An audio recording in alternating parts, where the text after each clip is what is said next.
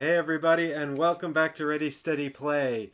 It's just me tonight, and I know it's been a little while since I live streamed, so I hope you've all been missing me. And today we're doing Myth and Goal Kickstarter Commentary. So, Myth and Goal is a new game. It's a fantasy football game which has become its own genre in its own right in board gaming, primarily thanks to in fact, I think exclusively thanks to the success of Blood Bowl from Games Workshop. There's been many spin offs like Chaos Ball and Dread Ball, and now Myth and Goal. Oh, also Guild Ball. So lots of different variations of this theme, which is to say American football in the style of fantasy, high fantasy races and things like that. Hey Eddie, how you doing, man? Thanks for joining me in chat. So we're going to take a look at Myth and Goal in just a minute. But first, I just wanted to give a little bit of news because so I just wanted to say, and Blitz Bowl as well. Thanks, Carlos, for for helping me out. So I just want to say real quick, that I yeah, I was going to stream earlier in the week. I had every intention to stream over the weekend as well, and I haven't been very well, so I've just been taking it very easy because, of course, we're off to Essen next week, and the last thing I want to do is be sick for Essen. And so then Chris was going to come and stream with me tonight. We were actually going to play Myth and Bowl in the style of Rainbow Six. Hey, Sarnberg Jr., hey, thanks for joining me, and Alessandra's here as well. Hey, thanks for joining in. So we were actually going to do a game of Myth and Goal, and then what happened was, and this is going to be big spoilers for this Kickstarter commentary, I'm afraid, I think. But I have to, I don't want to keep you guys in suspense the whole time. Ooh, hey, look, it's Chris. He's in chat as well. So, yeah, Chris and I were going to play Myth and Goal, and then we played a two-player game version of it, and we really didn't like it. So we were actually just going to say, we were going to do Blood Bowl today, and then we were going to say, hey, by the way, Mythical, we played it, we weren't big fans. But we're going to do a little bit of more of an in-depth look at it instead, because after Chris got sick, I then went and learned the solo mode, and I played that, and I really didn't like it. And Lassa says, are you going to do a live stream for Essen? I don't know if we'll get to do a live stream while we're at Essen, because I don't really have the equipment. But I might have a think and see if maybe I mean, I don't know how good the Wi-Fi will be there. I don't think, the thing is, I very rarely have any time to edit videos. So we might be able to do some kind of like thing like we did last year where I posted a few little tidbits to the Facebook or something like that. But I am going to be doing a live stream at 2 p.m. on Saturday over on Gaming Rules, where I'm going to talk about what I'm looking forward to at Essen. So that's going to be me and Paul Grogan and Luke from... Oh, I'm going to get Luke's channel's name wrong, and then I'm going to look like an asshole. So I'm just going to look it up to make sure I get it right. Sorry, everyone. But yeah, so we'll be doing that on Paul Grogan's gaming channel at 2 o'clock on Saturday. So I hope you're all very excited for that. And it's Luke Hector from the Broken Meeple, of course, the Broken Meeple. And so I'm very excited for that, to be doing that on Saturday. And of course, if there's anything that you're excited for at Essen, that you're really keen to see, do let me know before I go, because I'll be interested in having a look at what you're interested in as well. Yeah, I thought, the thing is, I was talking to my partner earlier about this because I was basically learning the solo mode for this, and I was just sitting here and I was kind of complaining about it. She was like, why are you going to do a live stream at all if you don't like this game? And I was like, well, she's like, I would be really annoyed if I sat and watched like an hour and a half long live stream or whatever, you playing a game, and then in the end you're like, and by the way, I don't like it. I was like, that's a fair point. But I'd like to share with you guys my thoughts on it in a bit more detail, and try to be constructive about it. And I think also, in a way, I was sort of reflecting on it, and I sort of thought, like, look, if I was relentlessly enthusiastic about the project, I should let you guys know, because then you might want to buy it. If it's cool, and I think it's good, I should also let you know why, because just because I think it's good doesn't mean you'll like it. But, if I love it, I should give you a heads up, hey, this is great. But also, if I don't, that's okay too, because, the people who are supporting it or who are on the fence and decide to go in for it in the end, they're going to get a great product. So that's fine.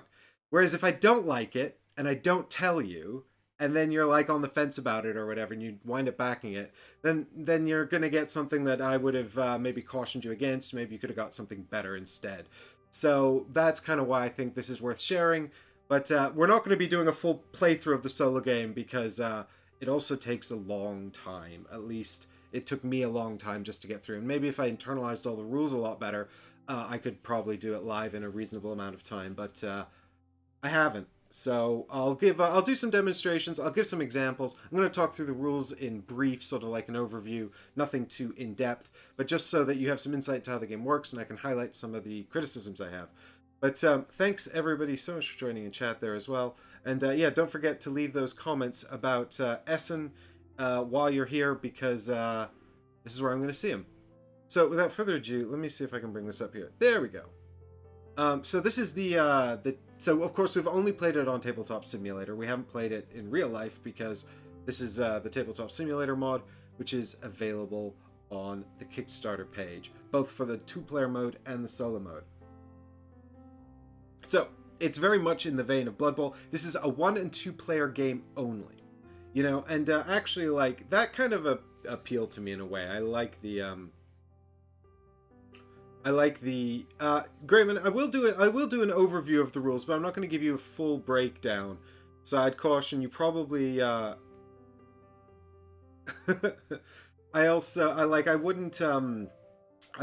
probably not going to teach you quite enough to play it, but you'll certainly be able to understand what kind of game it is. And I think the thing is, like, so it's designed by Needy Cat, and they're also the designers of Hellboy, the board game, which we covered on the channel. And I wasn't a big fan of the Hellboy board game either. And I've been told by a lot of people that they love it and they think it's great, and they think that what it is it's a very, like, sort of, because the Hellboy board game is kind of like a dungeon crawler, cooperative, sort of dungeon crawlery, skirmishy type game. And you know, the fans of it say that, you know, it's very evocative of the subject matter, so, you know, they're fans of Hellboy and the IP. And I actually like the IP as well. But what I'm trying to, you know, in a nutshell, they're like, it's like a dungeon crawler, but and it's sort of very typical of the genre, but it just does a few things to sort of spin it or tighten it up that makes it sort of new and a bit interesting and a bit fun. And so I am kind of tempted to try and revisit Hellboy at some point, so I've actually kept my copy around, but I still haven't worked up the interest, so maybe, and you know, that's why I'm sort of, because Myth and Goal, head-to-head Blood Bowl style game that you can play in a reasonable amount of time, plus you can back the Kickstarter, get all the teams, you know, and there's none of this, like, Games Workshop nonsense where it's extremely expensive. That sounds really appealing to me. And, you know, Blacklist Games, who published it, you know, they're sort of known for doing all of the Sadler Brothers games.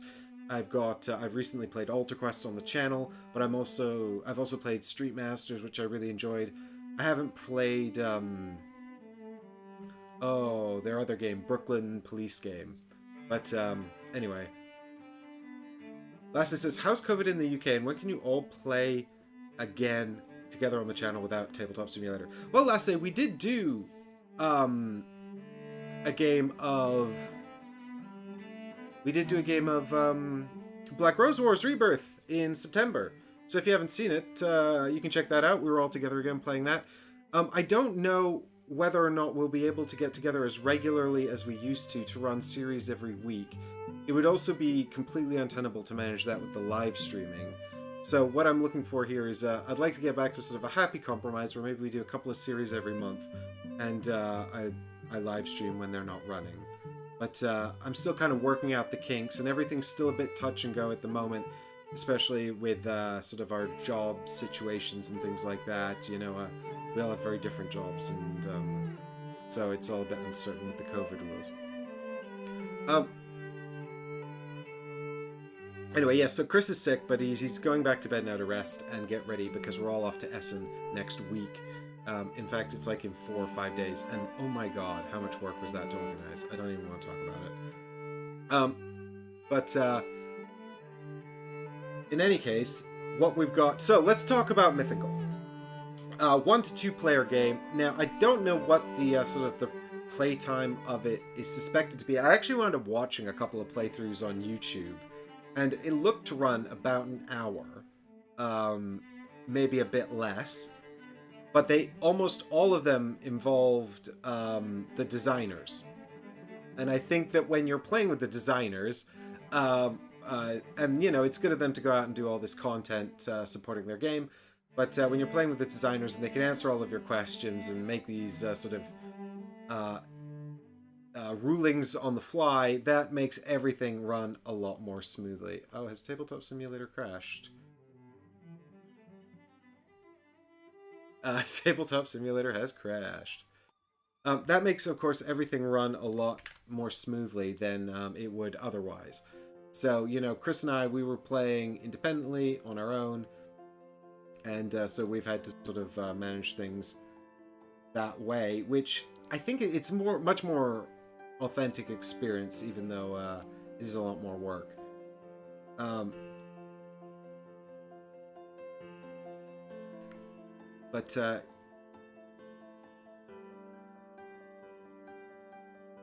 Yeah, so here we go. This is back up now. In any case, there's they've got two. So we've got, you can see here there's a pitch, and we've got 2 factions on either side. And the game is all about scoring goals. In order to win, you score the points and the goals.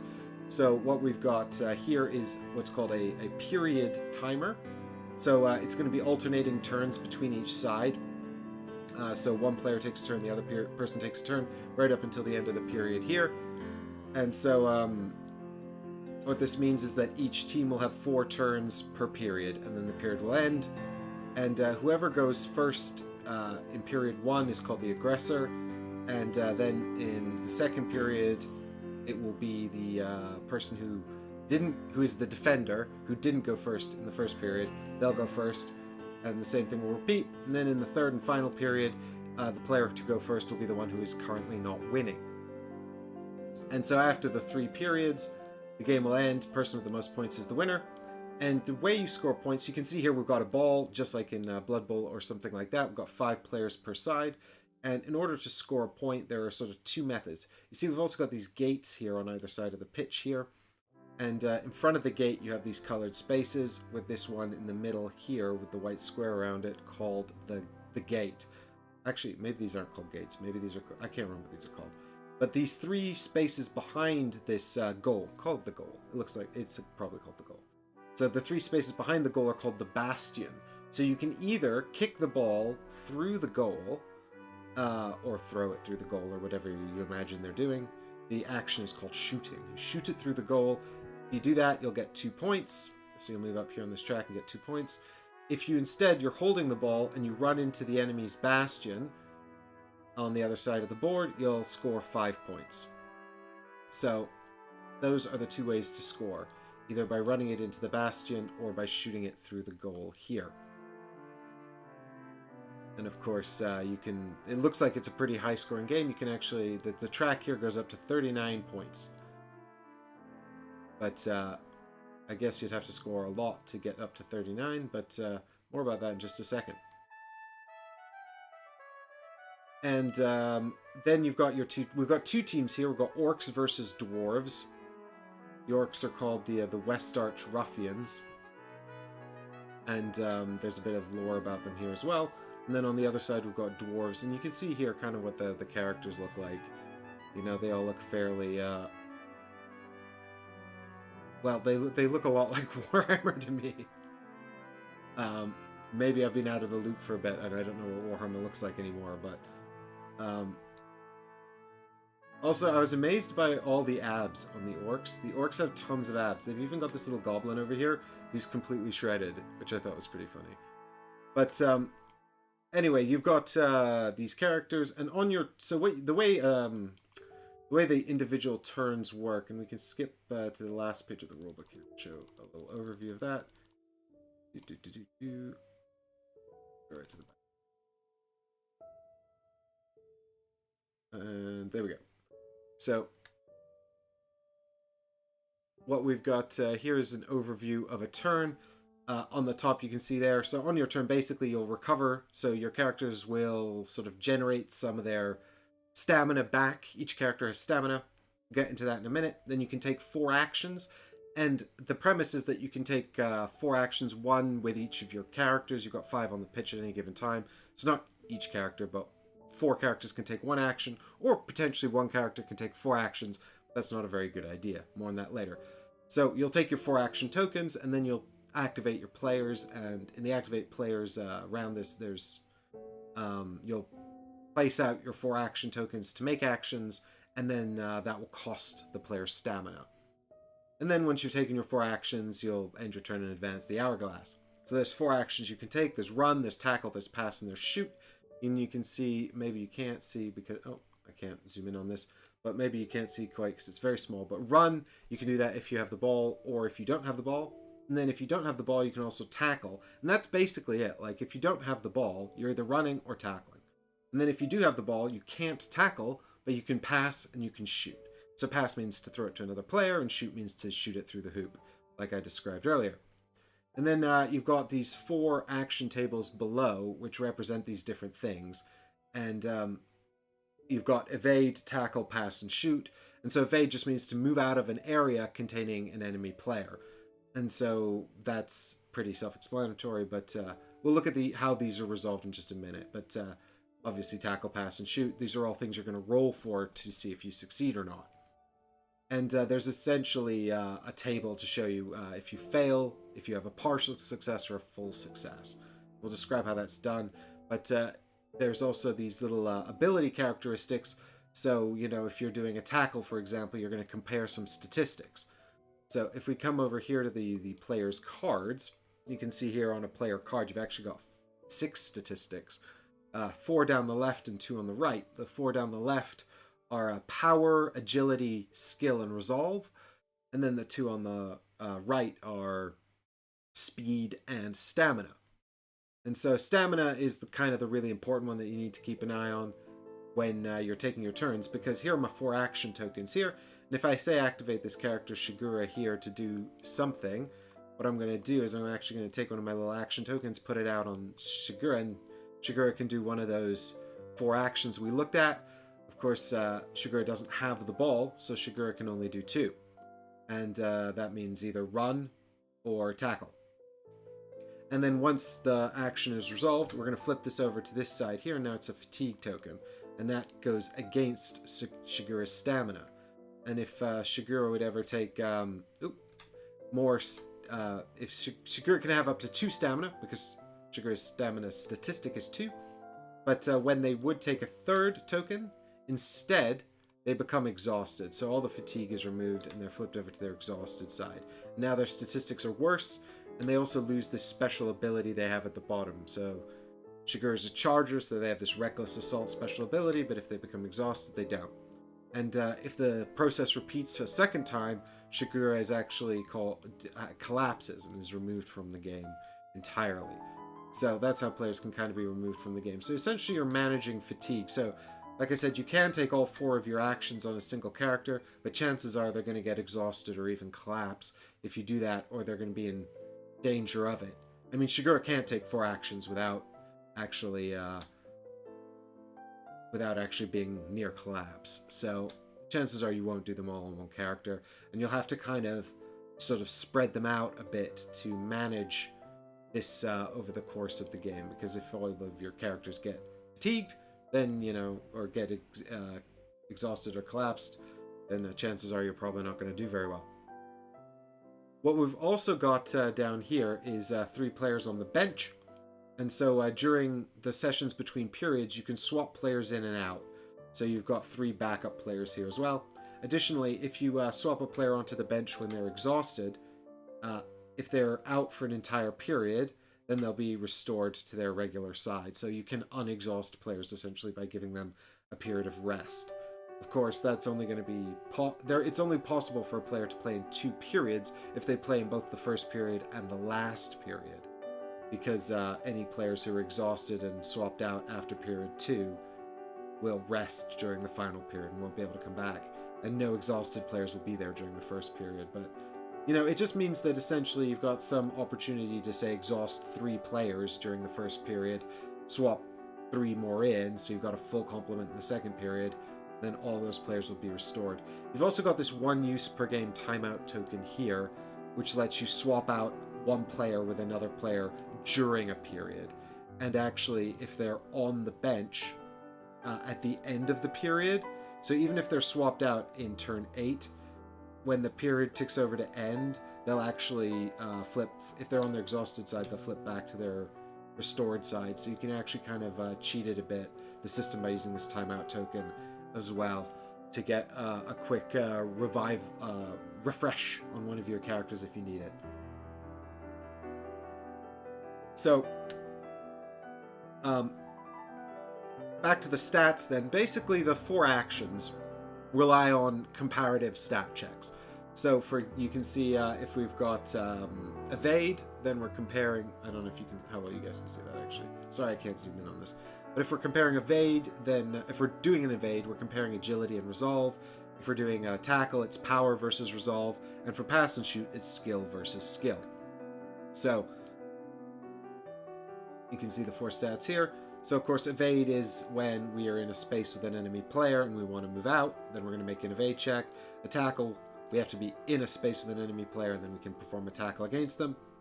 And, of course, pass and shoot, you can pretty much do, obviously only if you're the ball carrier. And then you can pick another area on the board to pass or to shoot to. It's got to be one with your player in it. Speaking of which, you can have up to 2 players on the same team in an area at once. And after that, you cannot have any more players in there. But, players can be knocked prone as a result of a successful tackle action, which lies the miniature down on the table. And then there's actually a situation where a character can move in and push that miniature out to an adjacent space if they're allied with it. So, there you go. That's something that can happen. But, I don't know. Chris and I didn't use that at all in the game that we were playing. So, and maybe that was a mistake. I don't know. But when you're performing one of these tests, you're going to calculate essentially 2 dice pools. So you can see here we've got 2 colors of dice. We've got blue and we've got red. There's also an orange die here for the red player and a purple die here for the blue player. And these are actually called home and away. So the home team gets the red dice and the away team gets the blue dice. The home team is also the first player in the first period. So this game is set up with the orcs here being the home team. And when you're doing a check, so for example, let's stick Galtrin in here with Fiora Silvervein. And if we're resolving a tackle with Galtrin taking a tackle against Fiora, we'll check his power stat, which is 3, against Fiora's resolve stat. Where is she? There we go. Which is also 3. So the way this would work is that first we would add to our dice pool here, dice equal to our statistic of 3 for Galtrin, and then we would choose whether or not we wanted to add this gambit die. And as the aggressor, or the active player, it's the orc's turn. They would choose first whether or not to add the gamble die. So the gamble die has better faces on it. It's also got this cool critical face, which multiplies all your successes in a roll. But it's also got these infractions. And when you get an infraction, you get a little token here that's like a yellow card from British football. And you'll get one of these infractions for your first infraction. Your second infraction flips it over to the red card, if you know soccer, or it flips it over to the red for this, and you'll actually take a penalty by getting sent back here to the encampment. More on that in a minute. But if you take a third infraction, you're removed from the game, and you can't participate any longer. So you can also get kicked out for that. So you're always running a risk when you're rolling the gambit die, whether or not you're going to do that. But we're not going to elect to use it for now. Then the defender will add their dice equal to their statistics. So in this case, of course, we're adding 3 dice as well. And then they can choose to use their gambit die if they want to. So they can decide in response to whether or not the aggressor is using it. I guess we'll throw the gambit die in here and see what happens. So then we just do a roll, and I'll just grab them all over here together for this example. But here we go. Whee! So the aggressor is looking for explosions like this, and the defender is looking for shields like that. And it's always the case on when you're rolling against the opponent on their turn, you're always looking for shields. When you're the active player, you're always looking for explosions. There are more explosions on the dice than there are shields, so you're slightly more likely to succeed on your turn.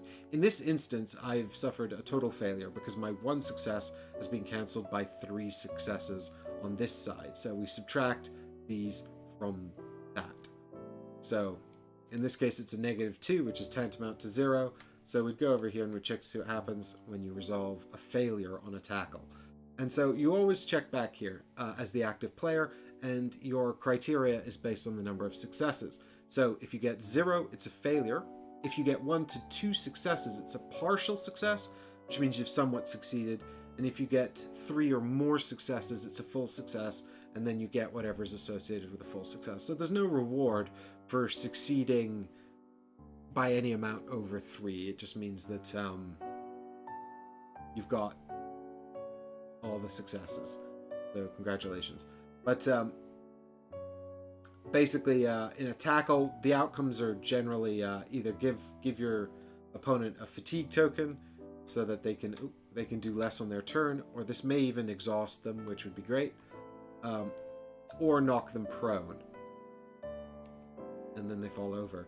And as long as they're prone, they can't really do anything on the board or anything like that. They're just kind of stuck there, lying prone.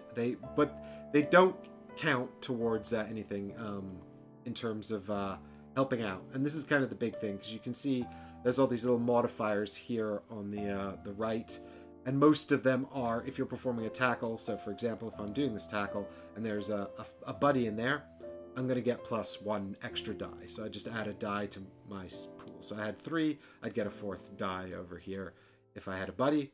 Likewise, if the defender had a buddy, they would get an extra die added to their pool before rolling. And if we both had a buddy, we'd both get an extra die. Typically it works like that. It's pretty much the exact same with evade. So, you know, in a situation like this, if Galtron's evade running out, he would get an extra die for having a buddy. He wouldn't get -1 die in this example because Fiora is knocked down, she's prone. But if she was standing up, then he wouldn't get -1 die. That doesn't exist. He would get the resistor would get +1 die. So they'd pick a character to resist and then add an extra die to the pool. So it's always adding extra dice as the modifier, never taking them away. But yeah, so it's kind of just these roll-offs to see what happens.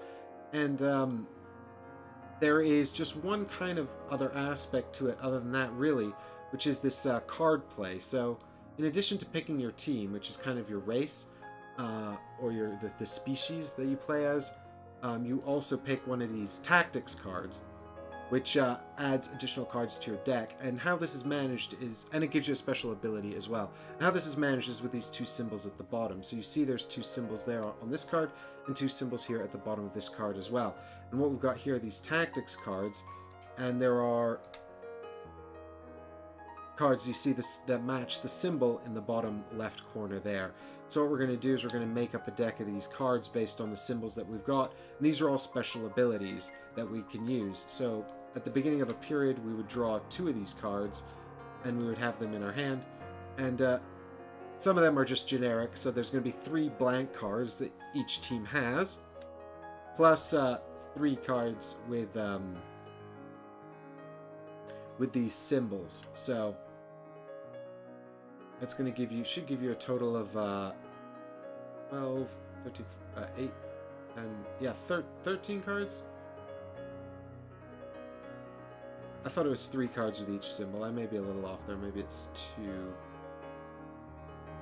That doesn't add up either. But in any case, the point is that you're going to get a number of these cards based on your symbols. Yeah, it is 3. There's 3 here with this symbol. So maybe it's just one generic card, Moment of Glory, then. But yeah, you can. So you get two. You draw 2 of these per period. If you don't play them in the period, then you just discard them. They're lost, so you might as well play them. And you can use these to sort of give you special bonuses and things like that to use against the opponent. And yeah, so you can see here, this one says, play this card during your turn after rolling the dice pool for an action test. If you get a partial success, you can treat it as a full success. So you can play that with full information, so it's quite powerful. I've got another one here that says, place this card on top of their player card. So when I knock someone prone, I can play this, and that player can't stand up on their next turn. Yeah, so there's this whole... This was not well explained in the rulebook, by the way. But if you remember when we looked at the turn phase here, the second phase is recover. And on a recover phase, the first thing that happens is all your players who are standing up lose 1 fatigue. So if they've taken multiple fatigues, they'll be slowly fatiguing. But if they're not standing up, they've got 2 options. If they're lying down, they've got 2 options. They can either remove a fatigue, just like all the standing players, or they can stand up. And when they stand up, they actually take a fatigue, which, if I recall correctly, was not very well explained in the rules. It didn't actually say that during recover. Yeah, look, see right here, it says recover. Each standing player in the active team squad recovers 1 fatigue. For each prone player in the squad, the active manager chooses. They either recover 1 fatigue or stand up.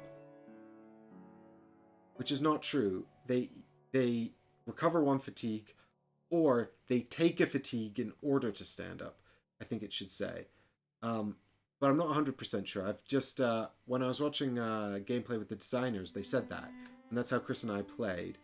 But, and that's how Chris taught it as well. But I couldn't actually find any written clarification on that anywhere. But there is a dwarf ability here that says, where is it? Yeah, Helping Hand. A prone player on your team does not take fatigue for standing up if this player is standing in the same area. And this ability would be utterly useless if you didn't, so I'm sure that's the case. I just don't know why it's not made more clear here, but all of this is in beta. All of it is, it's live on Kickstarter now, so it's not finished development, of course. They're particularly clear about this on the old solo play here. You can see it says beta right there on it. And actually, I watched a rules video posted in August on the solo play by James, one of the designers, and the game has changed so much since then that, you know, it's clearly undergone a fair amount of development. I wouldn't be surprised if it was undergoing more development as well. But, yeah, so the interesting thing is, like, when I was watching these gameplay videos online, they were playing very, very different to me and Chris. The way our game kind of went was really interesting because we're essentially laid out in this format here. And all of these characters have really interesting abilities. Galtrin, who starts... Not Galtrin, is that Kravok? Yeah, I've probably put these back in the wrong order after playing with it. But yeah, I think we started with the deployment something like this. We just used whatever was standard in the mod here. And Galtrin can actually... he can sort of get rid of fatigue from moving if he winds up in an opponent's starting position.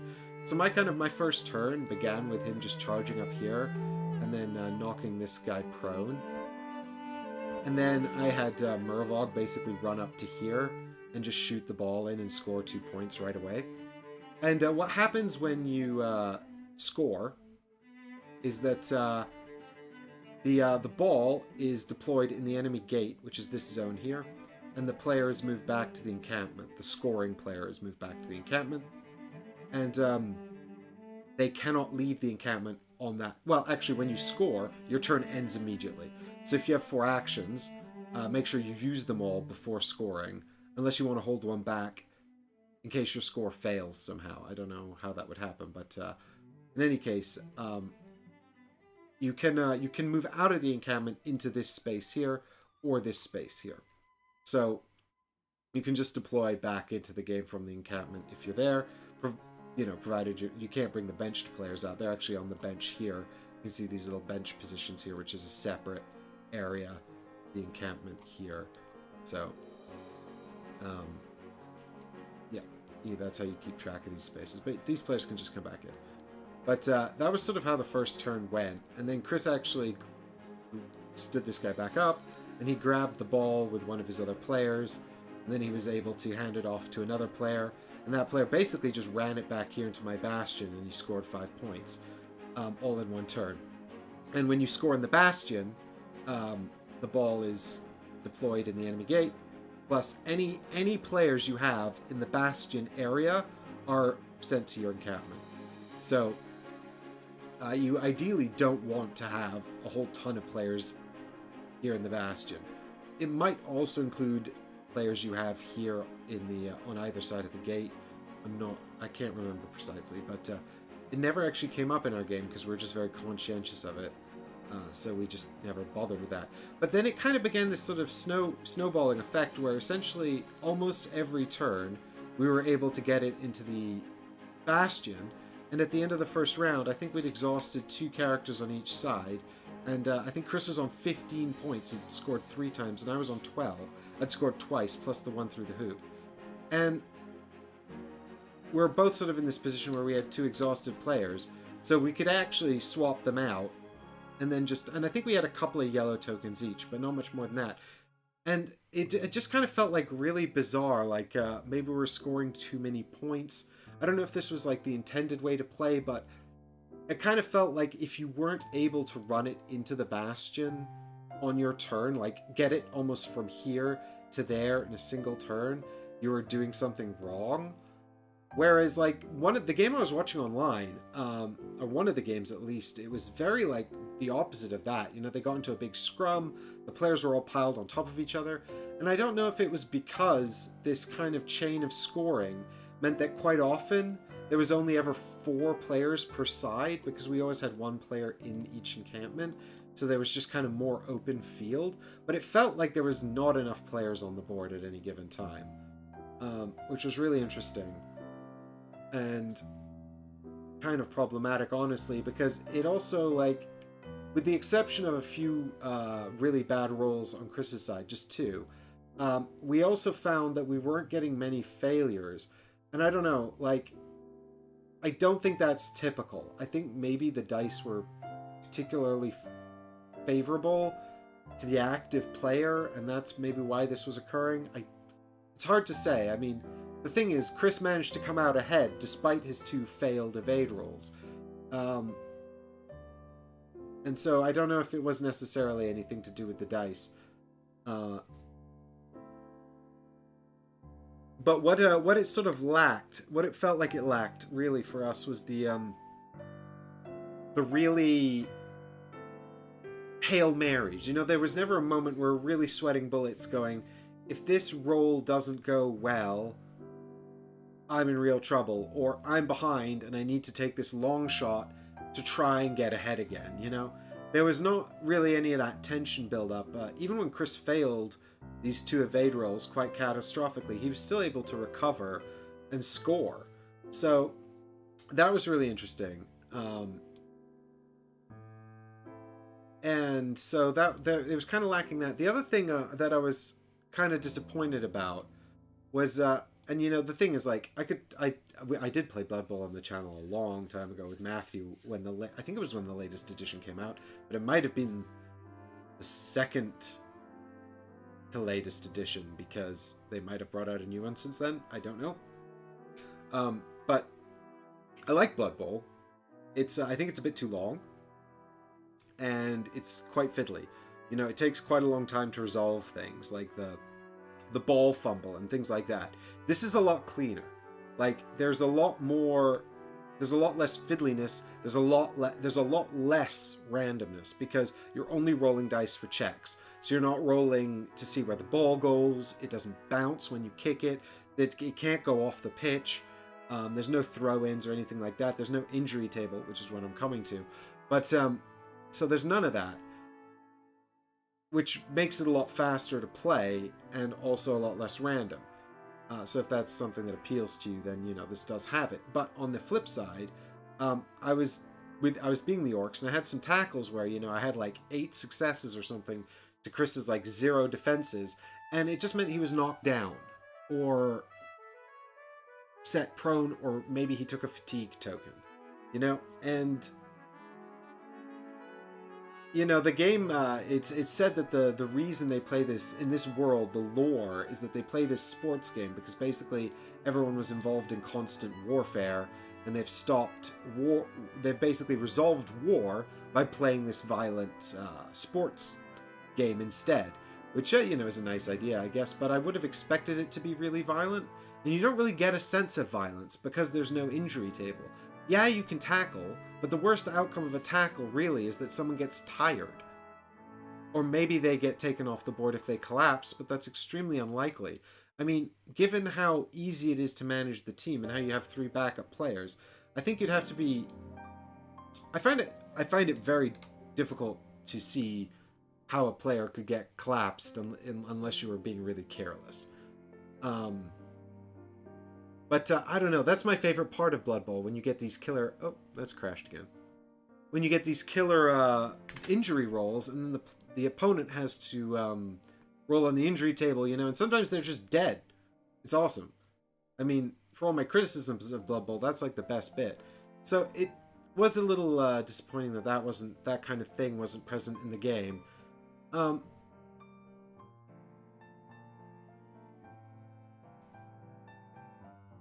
But the other, I suppose the other element here is that, like I was saying, there's less luck involved, so which is a good thing, I think, for those of you that like that kind of game, but or like that kind of thing.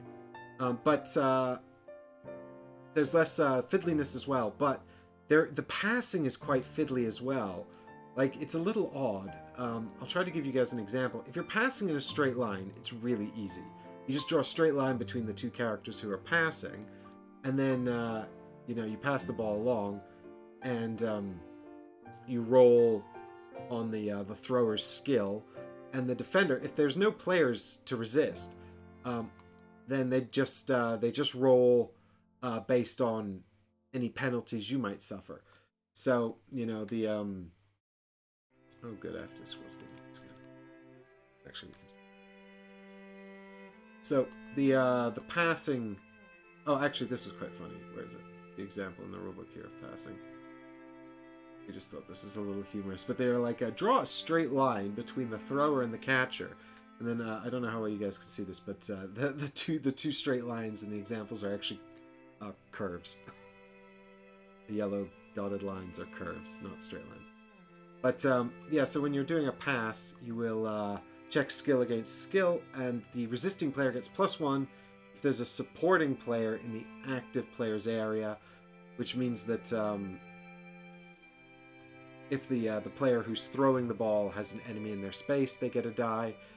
And also there is, you check the agility of the thrower, and for every space over the agility of the thrower, you get a die as well. So if Mervog was throwing at a range of 4 spaces or more, the opponent would get resistance dice for that. So in this case, nothing, because 2 is within range, and there's no enemy players here. So Mervog would simply throw 4 dice.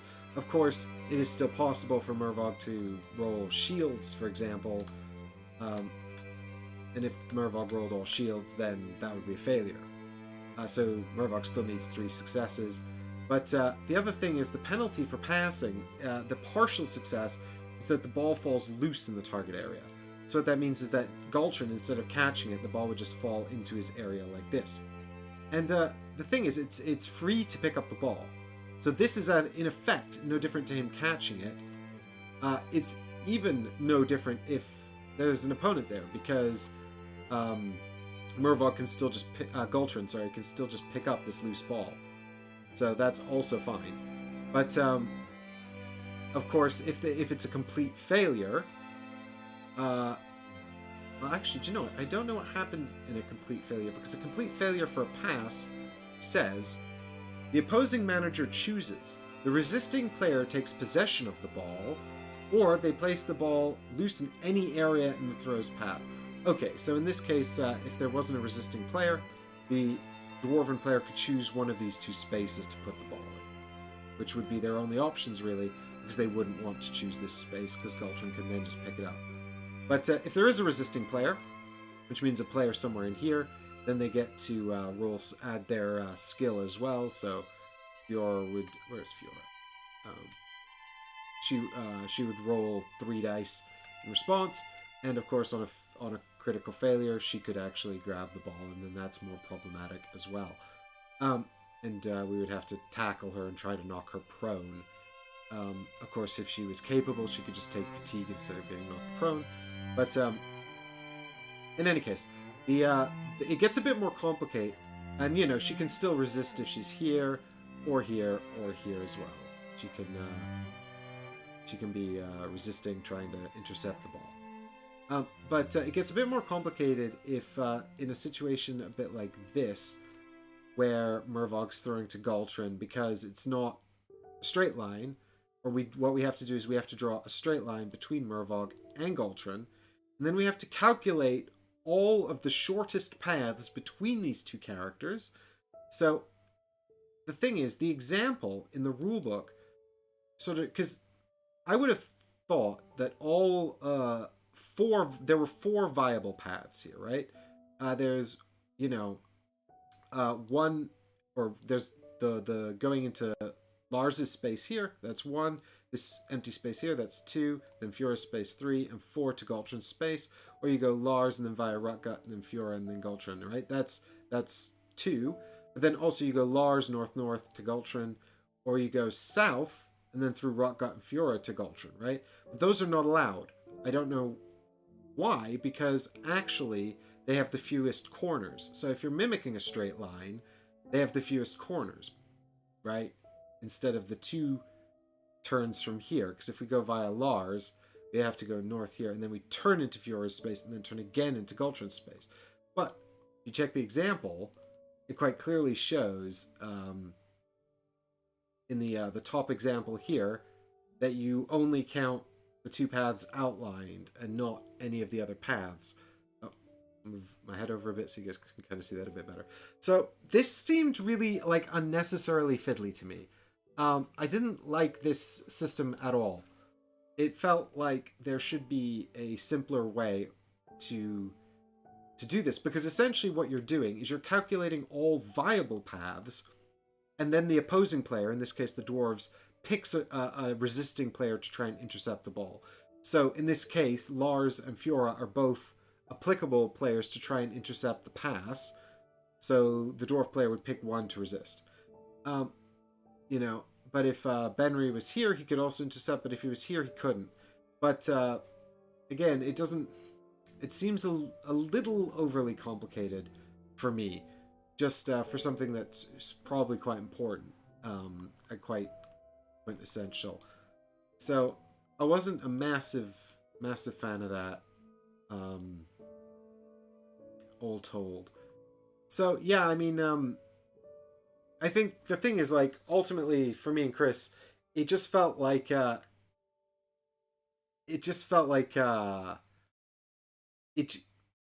dice games, you know, it's kind of like that.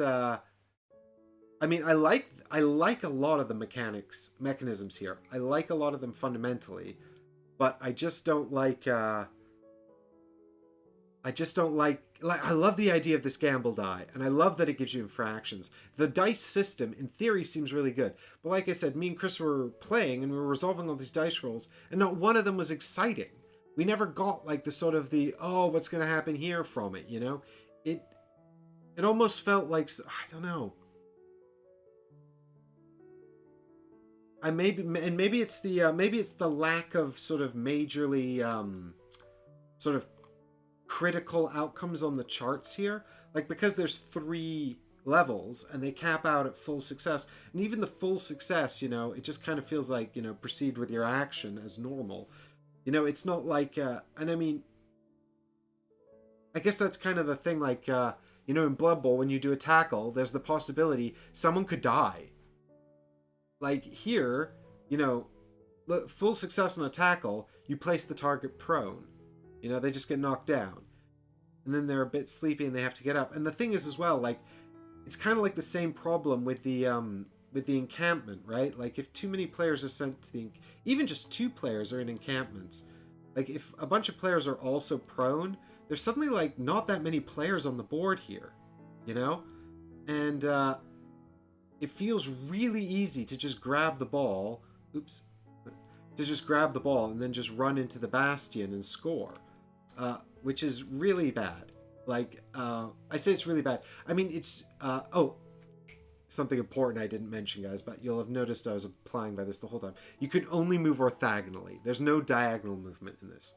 I mean, you know, it's by the by, but there's no diagonal movement at all.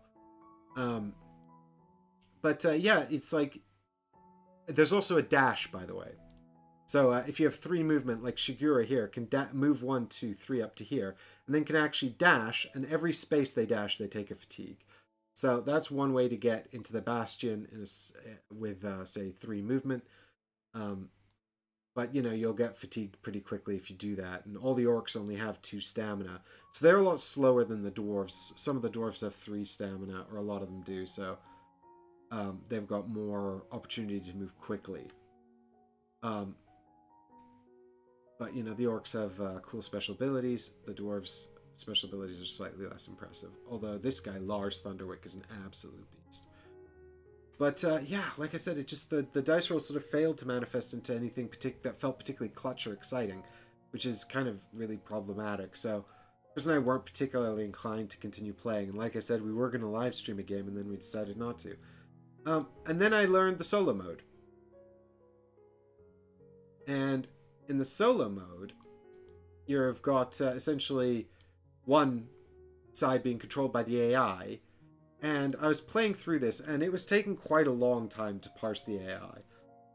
There's this, but you know, in summary, essentially you've got this sort of this deck here of cards, and there's sort of a little unique special ability the AI is going to get on their turn. So this is the risk gauge, which is kind of what it's going to do is it's going to measure how sort of well the AI is doing, and based on whether or not they're really behind or really close to scoring a goal, they're going to be more willing to take risks. Whereas if they're winning or the ball's like very close to their goal, they're going to play it much safer. And so that's kind of a clever mechanism at its core. And you've got you can see the AI team turn here with all the 6 phases you're going to go through on an AI turn. And then over here, what they've got is some starting setups, and this sort of tells you things like if the dwarves get to choose whether they're going to be home or away, they're always going to choose to be the away team because they prefer to go second. And then it's got objectives if they don't have the ball. And then if you look at objective 3, well, you probably can't really read it. I don't know. But it says that if the anvils are holding the ball, you flip this. So then if they start as the aggressor, like they would in the period where they were if they were the home team, or in the second period if they were the away team, then they'll flip over to this side, which is the behaviors they have when they're holding the ball. And so what you're going to do is you're basically going to go through all of these objectives and check them against all the different players. So kind of the way it kind of works is this. They're going to get to, instead of having 4 actions like a human player, the human player plays basically the exact same way. And the only thing we have to do as the human player is when we're making a pool of dice for the AI, they're of course going to try to prioritize their characters as defenders who have the better statistic that's needed. So if you know you're in a space over here and you're trying to pass the ball, the player that's going to resist is going to be the one with the higher skill value. But other than that, the only thing they're going to do is they're going to check to see whether they use the gamble die, which is actually going to be based on the actually it's going to be based on I'm pretty sure actually on your turn they don't ever use the gamble die. If your team is resisting, no, it's if I'm resisting. Yeah. So if they're resisting, they'll only ever use the gamble die when it's not their turn.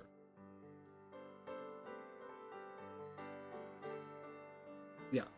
And so then what they're going to do is they're going to use, you see this little gambit thing at the bottom there? They're going to use their, we can zoom in on it actually. Should have probably just done this from the beginning.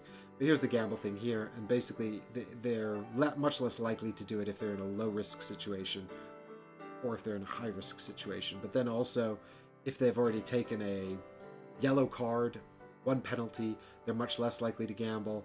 But if they're doing a critical objective, they're much more likely to gamble.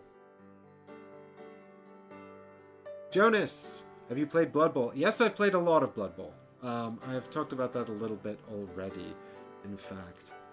Not a lot of Blood Bowl recently, but in my childhood, so something like 2nd edition. I only really played one game with the new editions, which was a number of years ago on the channel. So, the thing is, like, I was playing this solo mode, and on their turn, they're going to basically activate all of their characters. Each character is going to do an objective, so they kind of activate the characters, like, sort of in order of the objectives first. So you're going to go down here, you're going to find, like, the first priority objective that they're going to want to do. So, you know, for example, if they don't have the ball, the first thing they want to do is mark the ball carrier. So that's the first objective here. And then, you know, if they meet this objective, or they can't do this objective, or for whatever reason, they're just going to keep moving down the list, activating players until, you know, they can't activate players anymore because they've done them all. And of course, if at any point they get a hold of the ball, then they just flip over to this side. And this is kind of where I got stuck, actually, with this, because I was in a situation where I just scored against them, and I think I had an orc, like, up here, and they had, I think, a couple of a player knocked down or something. No, actually, we'd actually managed to get into a scrum, so the game was not looking like my game with Chris, in the sense that it was a lot more sort of, like, cagey. There were a bunch of players, like, sort of locked up over here. One of them was prone, I think, or something like that. But I just scored, so the ball was here, and an orc here, and I think there was a player over here. Anyway, something, I don't know, something like this, let's say. The point was that this guy, so we're on this side of the board, and we activate the behavior called Seize the Ball, which essentially says they go and grab the ball. And it says skip this if the ball is not loose. While the ball is loose, that just means on the field. So he runs in here, he grabs the ball, which then says, you know, flip this card. So, you know, you flip the card if the ball is picked up.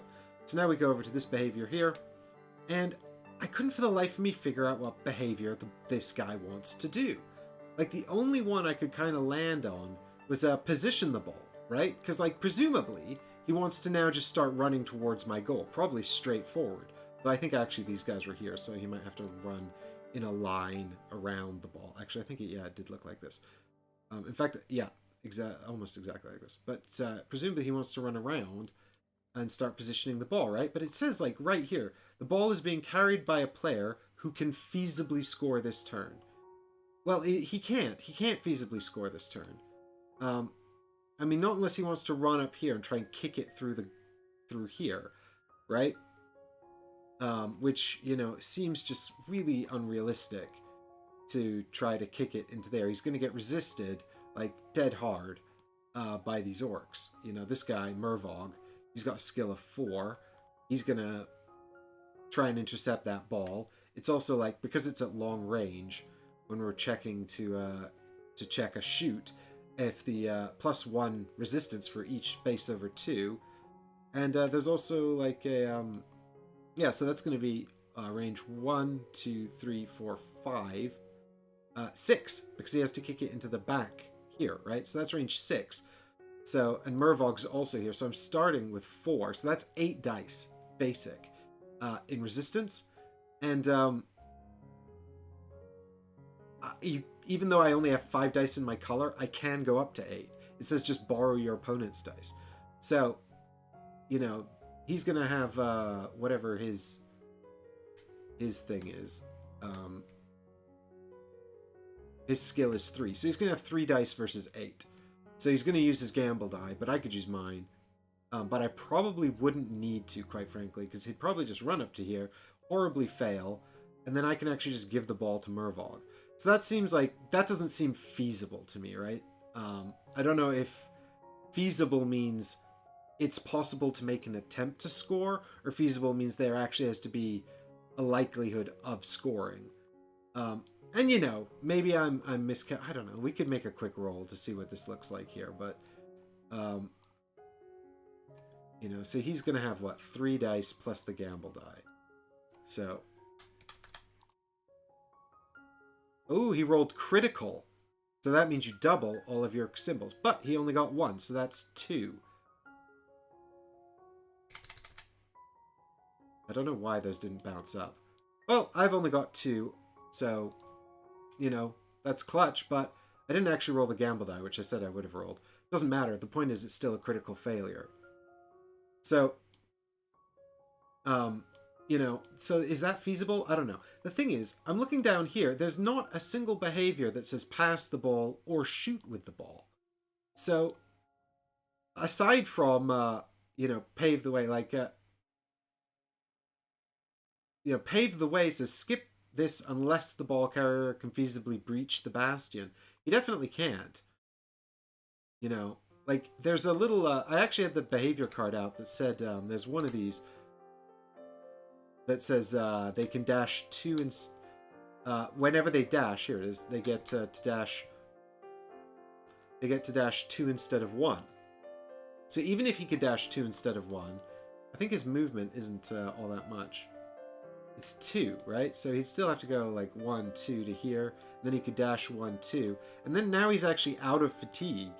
You know, oh, he could dash 1, 2 over to here, and then pass the ball off to this guy, who can now go, you know, and move on.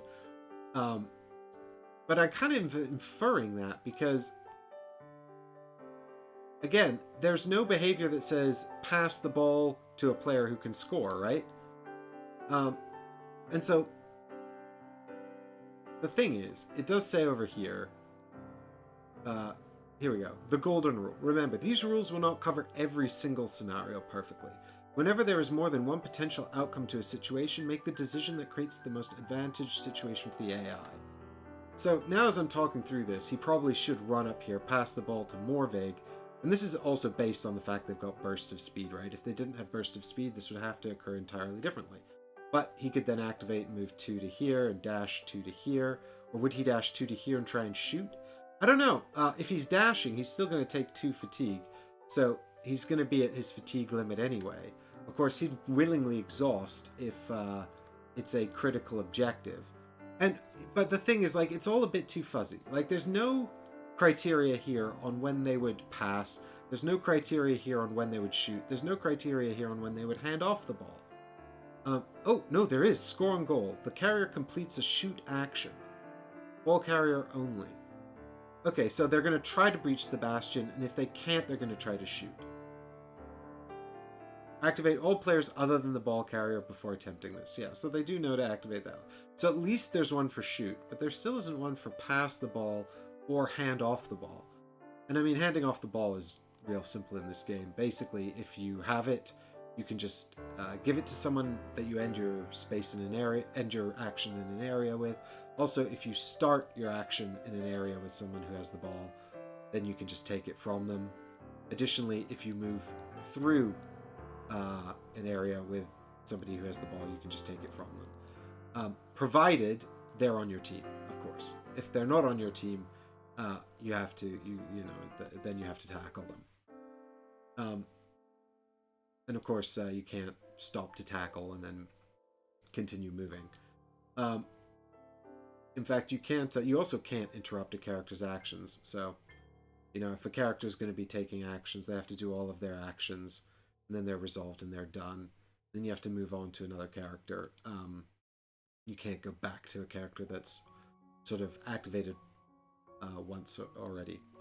But yeah, so I don't know. It just felt like the behavior was a bit difficult to parse. I guess basically I just kind of have to try and play against myself. But I would have liked to see like some criteria here for like when they might try to pass or when they might try to shoot, or like what this guy does if he's just stood here with the ball. Like even if it just said position the ball, the ball is being carried by a player who can feasibly score this turn. I think that must be a typo, right? Because if the player can feasibly score, then surely they should try to breach the bastion or score on goal, behaviors 5 and 6, right? Surely position the ball is what they do if they can't feasibly score. But then there's also no text for what that is. It just says position the ball, and then it doesn't actually say what that means. But I guess that just means try to get the ball closer to the goal. There's also a lot of this text here that says clear the field, and nowhere does it explain what clear the field means. I think it just means try to knock the enemies over or cause them to take fatigue.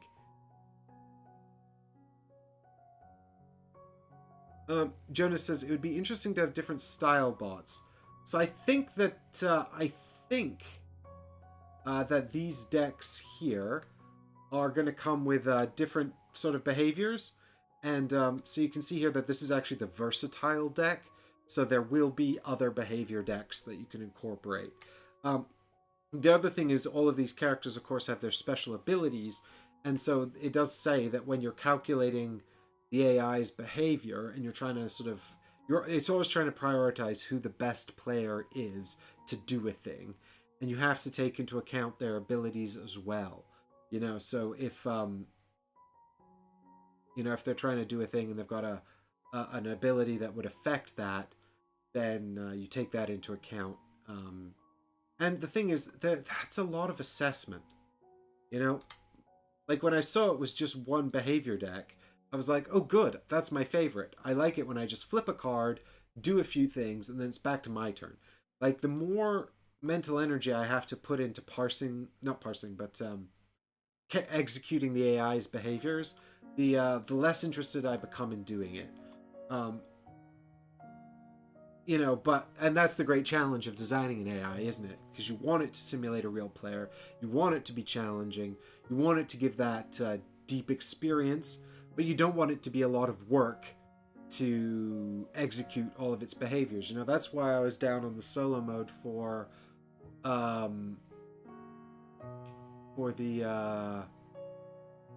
the historical games from All or Nothing Games, where it was just a flowchart of decision trees, and in this case, like, there's a lot of analysis you have to do.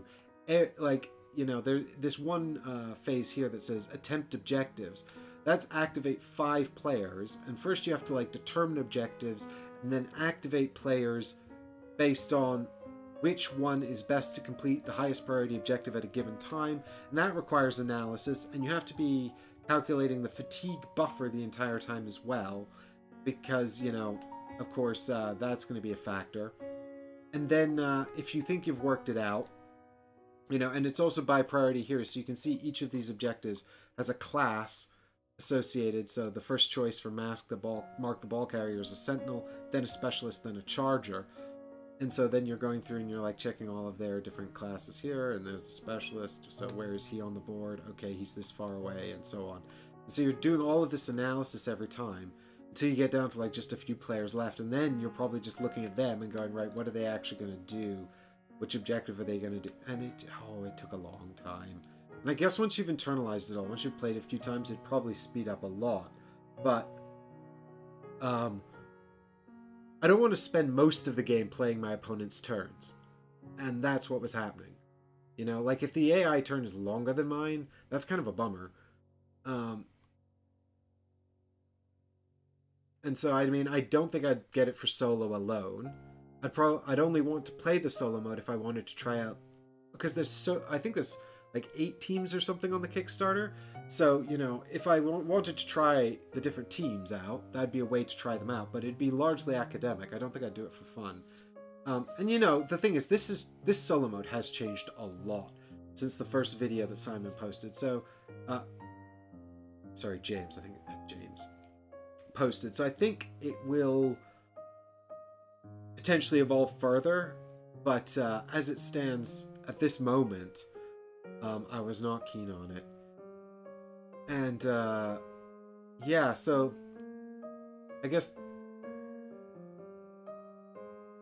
yeah, exactly, Jonas. The thing is, there's not there's just not enough. And the other thing is, like, let's say I make a move, because, like, at the moment, let's say I did do this thing, you know, and passed off the ball, and then I tried over here to shoot it or whatever. And then let's say I subsequently noticed a better move. Now I haven't played the AI correctly because I haven't done the best sort of thing for them, right? So do I then, like, try to reset and do the best thing for them? Or do I just say, well, that's like a human error, you know, that they made because I'm essentially playing for them anyway? But I don't know, like, if you've ever tried to play chess against yourself, it's a very academic experience. It's not a competitive experience. And this feels borderline like chess against yourself. You know, I mean, don't get me wrong, they've got objectives and things governing their behavior, certainly. I found, actually, I'll tell you what, tell a lie. I found when I had the ball, these objectives and this AI pathing worked quite well. And that actually felt like someone sort of might have been playing them. The minute they got the ball, I had no idea what to do. So maybe this side of the board just needs more work. But yeah, the problem is that Chris and I didn't much care for the two-player game either. And on a final note, Chris also said that he absolutely despises games where you have to lie miniatures down. Personally, I'm kind of indifferent about it. Like, I don't love it, but I also don't really hate it. But he does point out that sometimes if you're just looking at the bottom of a lot of bases, then that can be hard to tell which miniature is which. And also, if you place them sideways, it can be kind of hard, you know, like if you knock them over sideways. So no one's staring at bases then, but it can still be a bit, like, difficult to tell what miniature it is. But I think also he just hates lying down miniatures when they're clearly not meant to be on their side. You know, they've got a big flat base on the bottom. Yeah, like, I'm kind of indifferent to it, but, you know, that might get in some people's grills. For me, it was just that it never got exciting, you know. And Chris was like, I asked Chris to sort of learn this and teach it to me, and he came after reading the rules. He came to me and he was like, I really like the look of this. I'm thinking I'm going to back it on Kickstarter. And then after playing it, he was like, no, I'm out. So there you go. That's kind of my thought. And yeah, like I said, it's just the dice never reaching the sort of the really exciting moments. You know, it felt kind of very much like going through the motions, really. It was just sort of each turn was a lot of sort of sitting quietly and thinking, and then executing on a plan that largely resulted in scoring. And I don't, like I said, I'm caveating it because I've watched some games online that looked very different to ours, but pretty much all the content I found for this game involved the designers. So, you know, maybe with the designers on board, it's a very different experience. Anyway, yep, that's it for Myth and Goal. Any questions? Anyone got any questions about it? While I'm here. Otherwise, we can chit chat about Essen, or tell me if there's any games you're super excited about for Essen.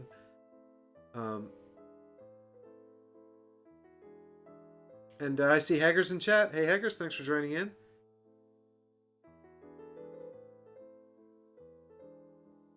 And Jonas, yeah, I mean the deck in Myth and Goal here, the enemy deck, it doesn't govern behavior. It's just a little bonus they get each round. So you can see the bonus differs depending on what risk level they're in. So yellow and green is one, red is high risk is a different thing. But you know, this actually just modifies the behavior. So it doesn't modify their objectives or anything like that. But yeah, I should point out that this strategy board here with the objectives this one's unique to the Durnhold Rye anvils. So the dwarves. So presumably this is going to be different for every team in the game. So you'll see the AI will behave differently depending on which side they are. And you can see at the top it says here defensive strategy preferred, which means that, you know, if they get a choice, they would prefer to start as the away team. So they prefer to start going second. So, you know, there are little nuances there. For sure. But like I said, you know, the thing is, it just still too much for me. Oh, human punishment, the beginning will be there? I'm pretty sure I covered that on another Kickstarter commentary. And I wasn't particularly enthused by it. And I think the designer left us a comment, something to the effect of like, thanks for covering my game, I really appreciate it. Here are some things you guys should consider, you know. So to his credit, he was very kind and polite. So maybe I'll go check in with them and see if I can find out a bit more about that. I do have a browser up here, so we could actually go and look at something. Where is it? There it is. You have Kickstarter here?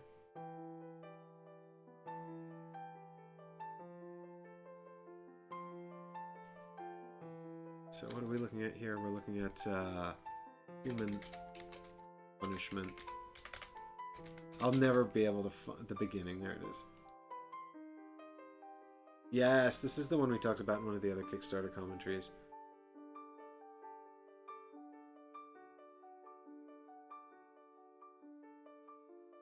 Maybe it was the price? I can't remember what we said about this, actually.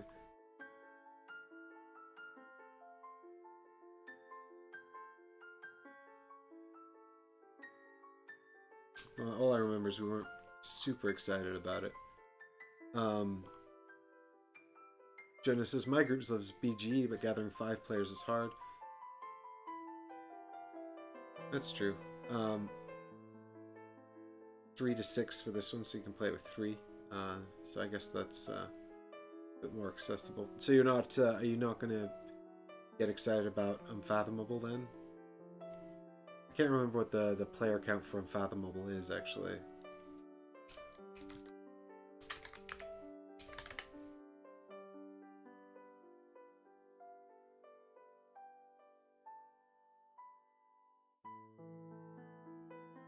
Three to 6.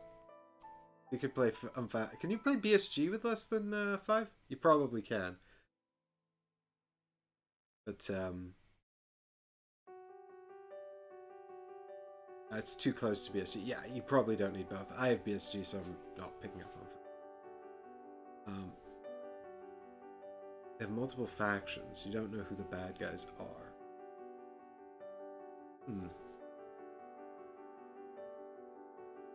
Well, yeah, Black Rose Rebirth will be there as well, but, I mean, I'll be checking in with Ludus Magnus while I'm there anyway, but, you know, we already played it. So I don't need to go and play it again.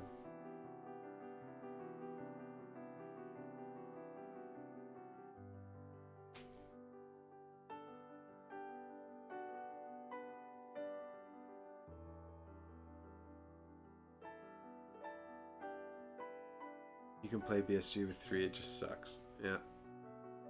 I mean, that makes sense, I guess.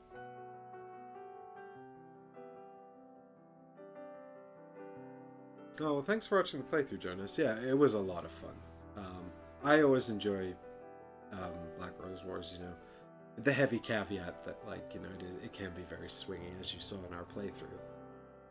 Which, you know, doesn't really bother me, but I think it's a lot more stomachable if you know that that can happen going in, you know. I mean, that's the thing about those event cards, that they can be very swingy or they can be completely inconsequential, and it's kind of hard to fix it if you don't like that, because the same card that can be very swingy can also be irrelevant. But, you know, some people also don't like the stealing.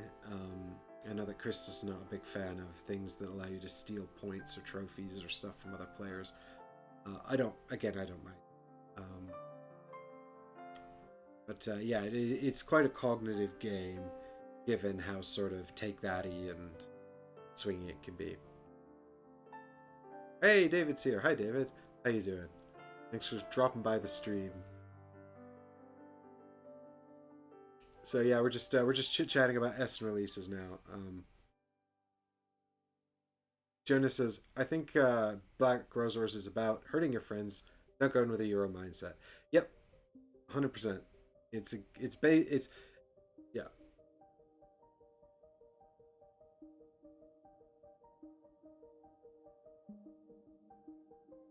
I assume GTA 5 is not Chris's favorite. But Grand Theft Auto 5? Did I say something? Oh, stealing things. Yeah, okay, I get it. Yeah.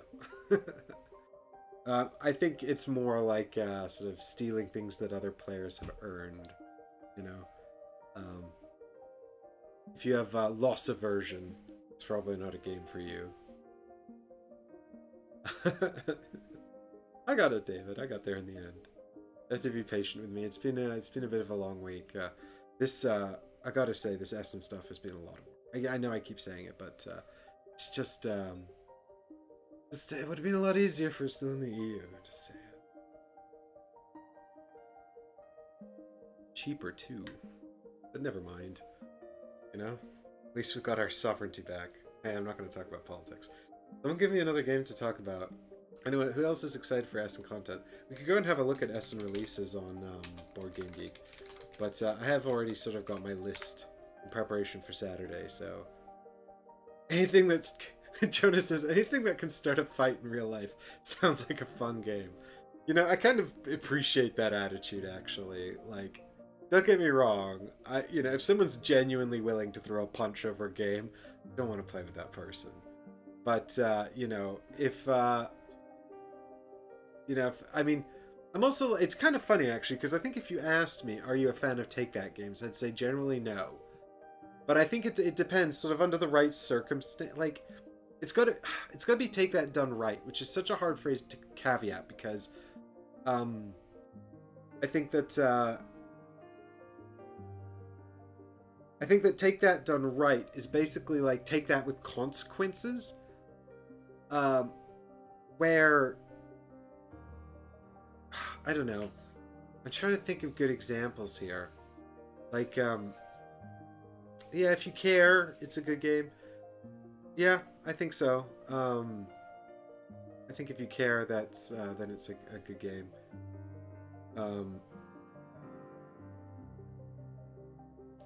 But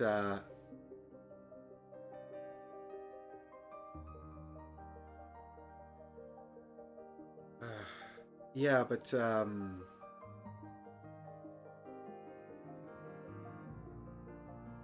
yeah, like I think if it's sort of, I mean, I guess it's kind of like got to be like all take that, so that the take that is so commonplace that it's just kind of an accepted part of the game, or else it's got to be sort of like a bit of strategic take that, like in a way it's got to be sort of like a deliberate thing that you have to go through quite a lot of work to set up. I don't know. David, we basically go to Essen whenever. Well, I've been this will be my third year at Essen, but obviously we skipped last year because it was digital, so essentially not on. David, yeah, a lot of people everyone speaks English there, pretty much, which is good for me because I'm terrible at languages. Michael has a little bit of German, which can be useful. But it's a very, very international convention. I mean, sort of at a base level, everything's in German, obviously, and that's to be understood. But I never found it to be a problem or difficult to be an English speaker there.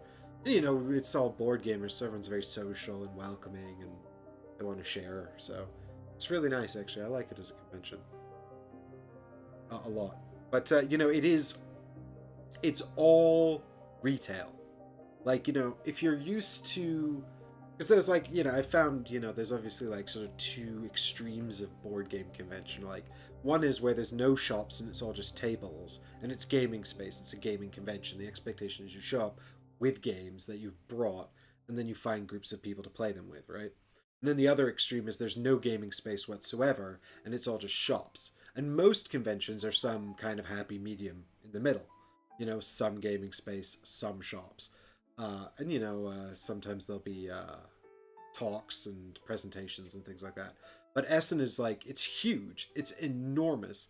It's the biggest board game convention in Europe, and also that I've ever been to. I don't know how it compares to Origins or Gen Con, or PAX Unplugged or anything like that, because I can't get to the North American ones. But it's absolutely massive, and there's no gaming space at all.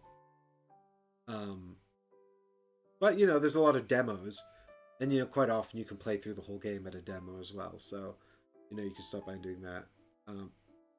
Have you played The Adventures of Robin Hood? It looks quite fun. Actually, do you know what? On that topic, I actually pre-ordered The Adventures of Robin Hood when it was announced. Because I was like, this looks like a fun adventure thing I can play solo on the channel. And then we were at the UK Games Expo in August, and we got to stop by the Cosmos stall where they were doing a demonstration of it, which was essentially two of their staff playing the game and just showing it off. Yeah, they didn't actually allow... It was very weird at the Cosmos stall. They didn't allow anyone to sit down and play the games.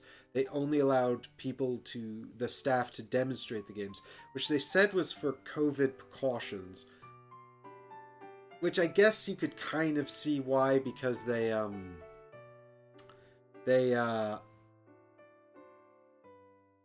don't want lots and lots of people touching and handling the pieces, I guess.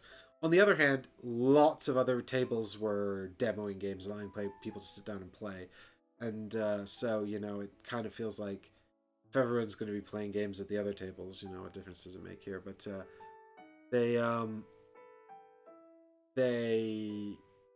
they demonstrated the game, and I thought it looked okay. It had some interesting methodologies for movement, which I thought was kind of interesting. And I don't know if we can find any pictures of it. I'll see if I can find a picture of it here. So I'm not just, I don't know, chit-chatting.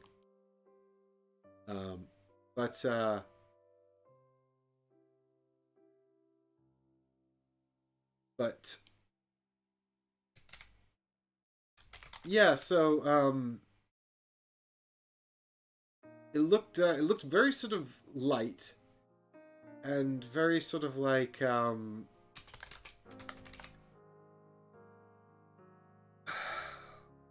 it's got this so it's got this like advent calendar mechanism where you're essentially like flipping over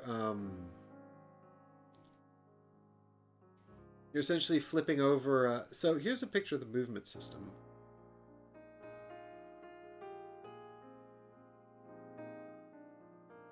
And so what you do is, like, you got these meeples on the board here, you see, and then you put down these movement meeples in between. Based on the number of movement meeples you put down, they move along this track. There's also some sort of situation with bag building, where you're putting out bags.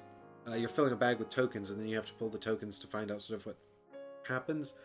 But I couldn't get a clear idea of how that worked from the presentation. But there was a lot of people there, and the thing is, we were all really close together, huddled around this table, which, you know, can't be good for COVID precautions. So I really don't understand why they were doing it that way. But you can see here on the board, there are these sort of spaces here with numbers and things, and you can flip these over, and they'll reveal stuff that sort of modifies the board, which I thought was an okay system, but there's like just one thing under there. So once you flipped it, you know what's under that number for the rest of the game.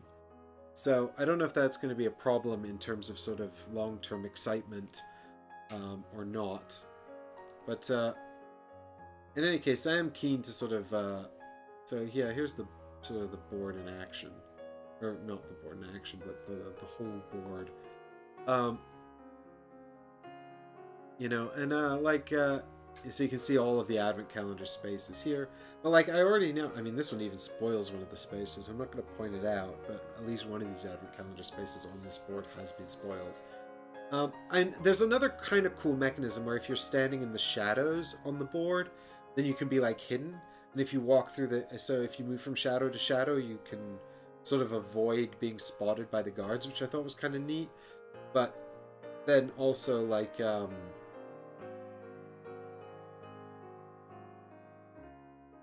again, like, well, I mean, so I'm interested to check it out, basically, but I still don't really know enough about it to know how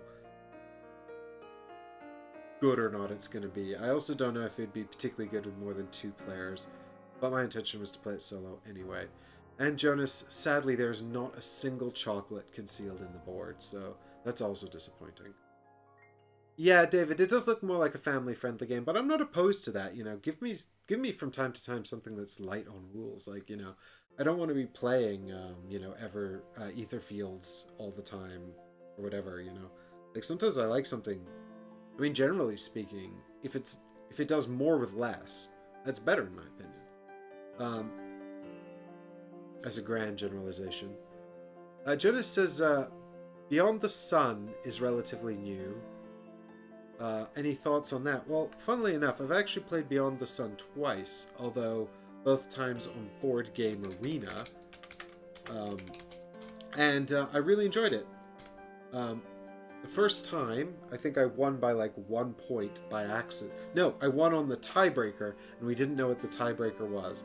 And the second time, I lost horribly. Yeah, like, I really enjoyed Beyond the Sun. Both times that I played it, I found my experience the second time a little confusing because I felt like we were playing with one person. So is this the person I played it 2-player the first time and 3 players the second time, and it was the same 2 players in the second game, and then the third player was new to the game, and I think actually the new player won, which I found a little upsetting because I was hoping that I was hoping that we would have sort of learned from our first game and done better. And I'm just going to bring up this really terrible image from BGG so I can show you guys here the game. But if you don't know about Beyond the Sun, it's sort of a resource management, worker placement type deal, sort of, where essentially you've got these resources. Which are represented by these cubes, and there can be people or ore. And what you're essentially doing is you can see the main board here is like this tech tree. And what you want to do is you can research these different techs here, which sort of unlock spaces. I say it's worker placement. It's not really. It's more like action selection. Because you've got just one worker. And the one worker goes out on the board. And then each time it's your turn, you move it to a new space to take an action. Which are these gray spaces here, which are but we can actually bring up a bigger version of this. Hold on, but it's just going to look like really.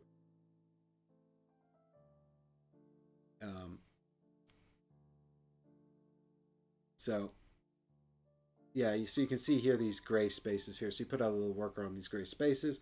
Then on your turn, you just bounce them around the gray spaces here to take these different actions. You can see like there's a technology down here called terraforming, and this has some actions associated with it that you can jump to. And the thing is, you can't jump to a space if it's occupied by an opponent's thing. So it's worker placement in the sense that you know, there's blocking, but there's so many spaces, and you can only take a space if you have the associated technology. Not all technologies have spaces on them. Some of them are just passive benefits, but you know, so what you're doing basically is that, and then you're spending resources to do all these different things.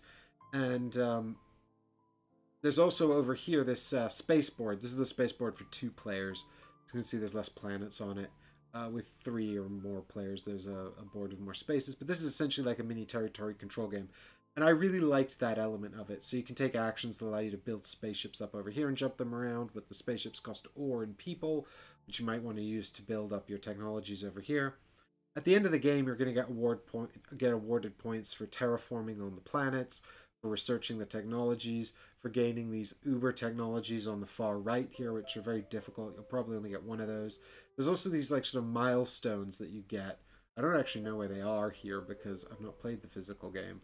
But there are these milestones that you'll get, and they give you points as well. And when one player has claimed, and the milestones everyone can claim them, so they're not like first come first served, but there is an order of rewards. So the first player to get it will receive a greater reward. And one player has got 2 or 3. I think that changes based on player count. Once a single player has a certain number, the game will end, I think, following an additional round, and then it'll be done, and you'll count victory points as you use 1.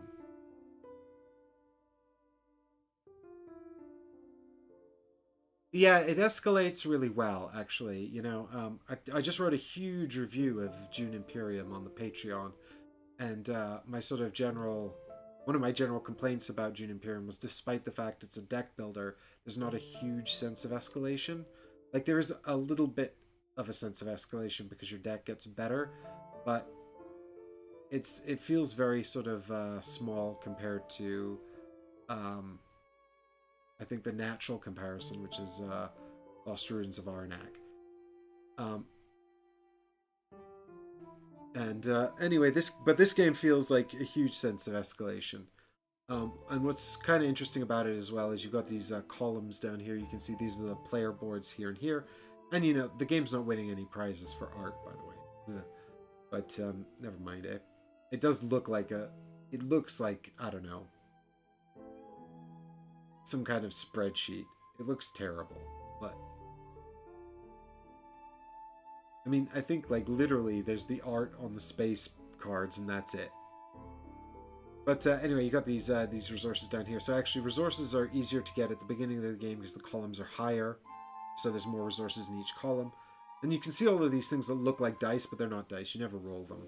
You just change their facing based on what they're worth. You know, so when they're down here, they just kind of represent your access to resources, and then when you gain them, they'll become a different kind of resource.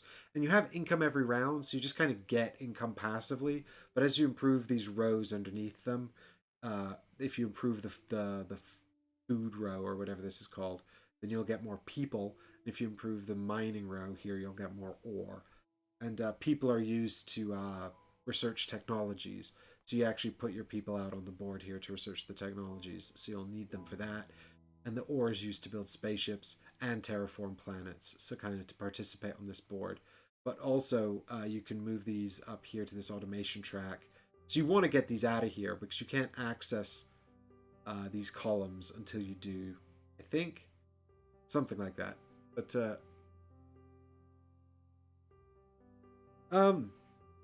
good for fans of EVE Online. Yeah, probably, actually. If you like EVE Online, you'll probably enjoy this. Although I've never played EVE Online, so I don't know, but I understand that's very mathsy and involves a lot of economic calculations. This doesn't really involve a lot of economic calculations, but it does require sort of planning and resource management. But you know, the researching is fun. You can actually see all these face down cards here, but when you research a space, that's not actually the research. These blue cards don't have abilities on the underside. What actually happens when you research this space, you'll flip over 2 technology cards from here and pick one to put in. So you get to choose what the technology is going to be. There's also an advanced variant, which I can't play because it's not on BGA, but I think it sounds really neat, where there's actually like a marketplace of resources. So when you grab this, you can actually choose from a much bigger order, so people can kind of see what's coming, and maybe there's like something they want to race for or something. So I think that sounds really neat, but I've only played the basic version because that's all they have on BGA at the moment. But yeah, I like it. I think it's really, really good.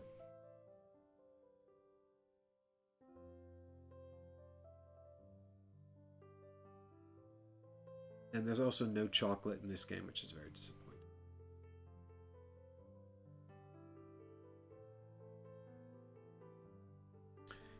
Anything else we want to talk about while I'm here? I realize, you know, it's been a little while since I've streamed, and I'm sorry we didn't actually play anything today, but it's just sort of a time factor, really. But I thought it'd be good to impart some knowledge about Myth and Goal and just chat for a bit. You can always eat the dice that aren't dice. No, don't. Okay? Here at Ready Steady Play, we do not encourage the consumption of plastic components. It's bad in so many ways. Do you know there is a chocolate version of Monopoly that you can play? Would a chocolate game technically be a legacy game? I guess it would have to be. The question is, if I don't like what my opponent's doing in Chocolate Monopoly, can I eat their pieces? Or can I only eat the pieces that I've purchased? Basically, what is the rule around when I can eat the pieces?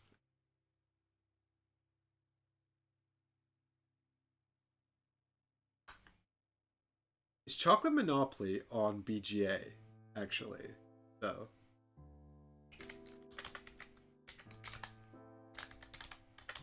I'm really interested. And also, oh my god, it is as well. There's 2 versions. Holy cow. There's Chocolate Monopoly 1997 and also 2006. Oh, wait, hang on.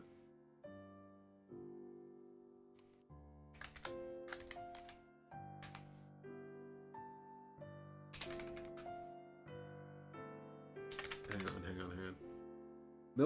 Monopoly Milk Chocolate Game, 1997. I'm really disappointed this doesn't say re-implemented by Chocolate Monopoly 2006. There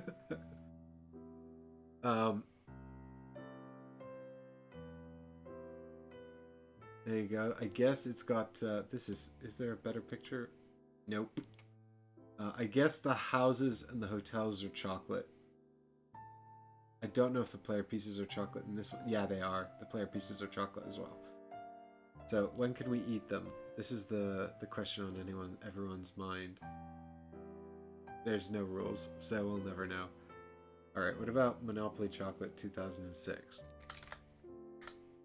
I think this is the version I've actually seen. Only at 2.7, so the milk chocolate one from 1997 has a higher rating, but I actually suspect that if you could find either, it'd probably be disappointing because you couldn't eat either of them. You probably shouldn't eat either of them because they're at least 15 years old. A 23-year-old chocolate, yeah, exactly right. This is only Monopoly in name. Oh no, the player whose turn it is spins a spinner. This determines where the player places a chocolate piece representing a property color. When all the properties of that color or railroad have been placed, the next player to spin that color or railroad gets to eat all the chocolates. So this is basically spin a spinner and then maybe eat chocolate. It is the most basic kind of game. Akin to the infamous roll a 6, eat a cookie. Well then, that's that. The winner is the player who accumulates and eats the most pieces of chocolate property.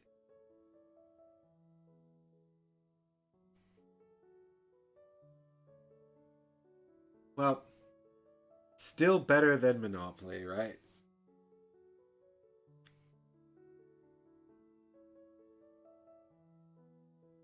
Is there a Monopoly with stakes? Like meat?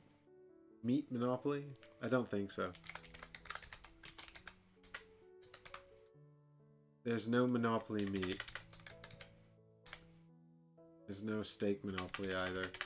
I think Chocolate Monopoly is probably the only food-based Monopoly that we're going to find.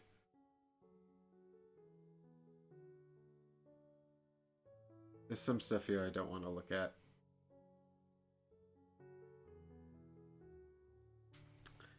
Anyway, if it comes with... so it's a shame that they haven't made it since 2006, so fortunately we can't eat more Monopoly. And I do wonder if... Hang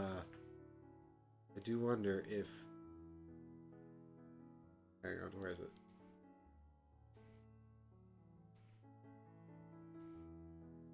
If Monopoly Milk Chocolate Game is more like traditional Monopoly than Monopoly Chocolate.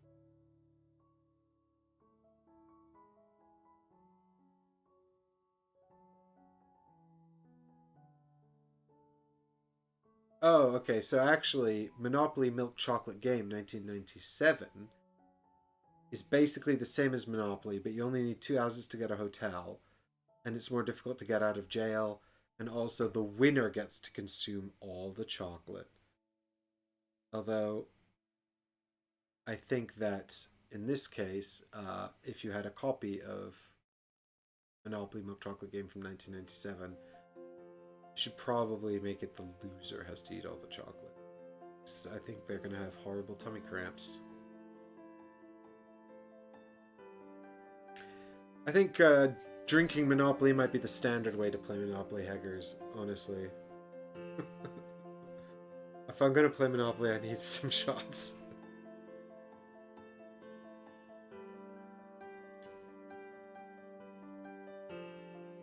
Anyway, a game where a few hungry people watch one of them eat sounds like a nice subversion. I mean, do you know what? Like, the winner getting all the chocolate is pretty much in the spirit of Monopoly, really, isn't it? In the spirit of the game. One person gets everything.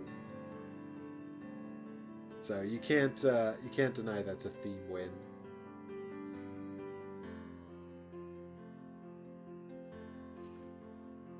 But hey, I think I've probably chit-chatted for long enough. If there's no additional questions about or sort of bring up Essence stuff or questions about Myth and Goal, I'll probably wrap up the stream here, gang. But I just want to say thanks to everyone who came to hang out. Sorry this was a shorter one. Sorry I've been streaming a bit less. It's just been a bit of a busy time, but please do come and join me on Saturday on Gaming Rules for our Essen sort of games rundown, what we're excited about. We're just going to be chit-chatting about that, basically.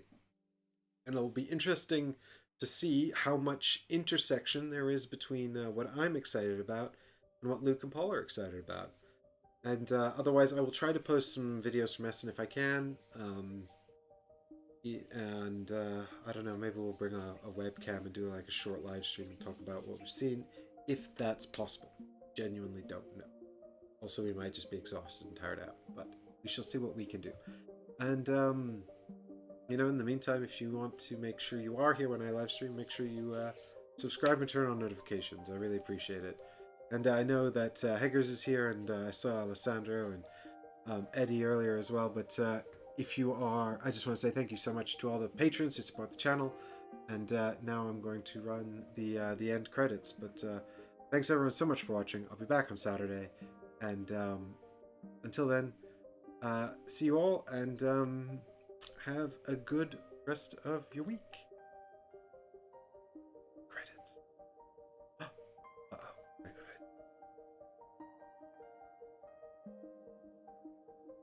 I'll just do one of our trademark really long waves. Bye!